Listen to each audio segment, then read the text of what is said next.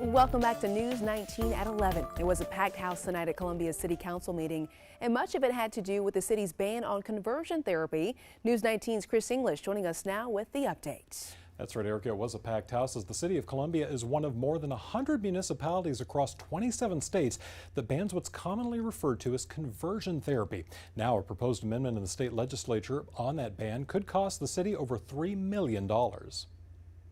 Supporters of the city's ban on conversion therapy for minors packed the Columbia City Council's chambers Tuesday evening as the council weighed whether or not to lift the ban. This all comes as South Carolina Attorney General Alan Wilson, as well as Senator Josh Kimbrell, have called on the city to lift the ban, claiming it infringes on the free speech rights of therapists and counselors. Kimbrell recently introduced an amendment in the state Senate that would clear the way for the state to withhold an estimated $3.7 million in local government funds from the city. The state of South Carolina defines conversion therapy as any practice or treatment that seeks to change an individual's sexual orientation or gender identity, including efforts to eliminate or reduce sexual or romantic attractions towards those of the same gender.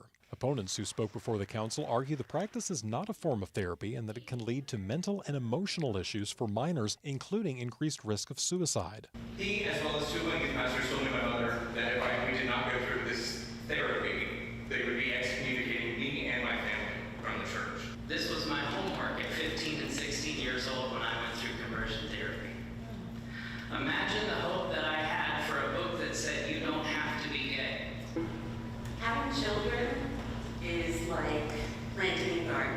If you had a tomato planted and then you got a cucumber, you don't need help changing your cucumber to a tomato. Supporters of removing the ban also spoke. This is not repealing this bill is the right thing to do to protect those 80 or 85% of adolescents. It may very well change their sexual orientation. Thank you. When it came time to vote on whether to repeal the ban, the council voted to defer the decision until the city has a chance to weigh the potential financial impact it would face if it lost over $3 million from its budget. After the meeting, the city issued a statement to News 19 saying, quote, "The $3.7 million in aid to the subdivisions is included in the city's general fund, which supports essential services such as police, fire, public works, parks and recreation, and overall city operations. General fund revenues are critical to sustaining the city's daily functions. $3.7 million is roughly the equivalent to 6 property tax mills." Matthew Butler with the South Carolina ACLU spoke outside of City Hall after the meeting. In recent weeks, this ordinance has been targeted by those who would use the weight of state government to bend the will of local leaders, not out of concern for public health, but out of ambition. Let us be clear, this ordinance was never about silencing pastors or persecuting parents. It was and remains about ensuring that licensed professionals do not use their state credentials to inflict harm.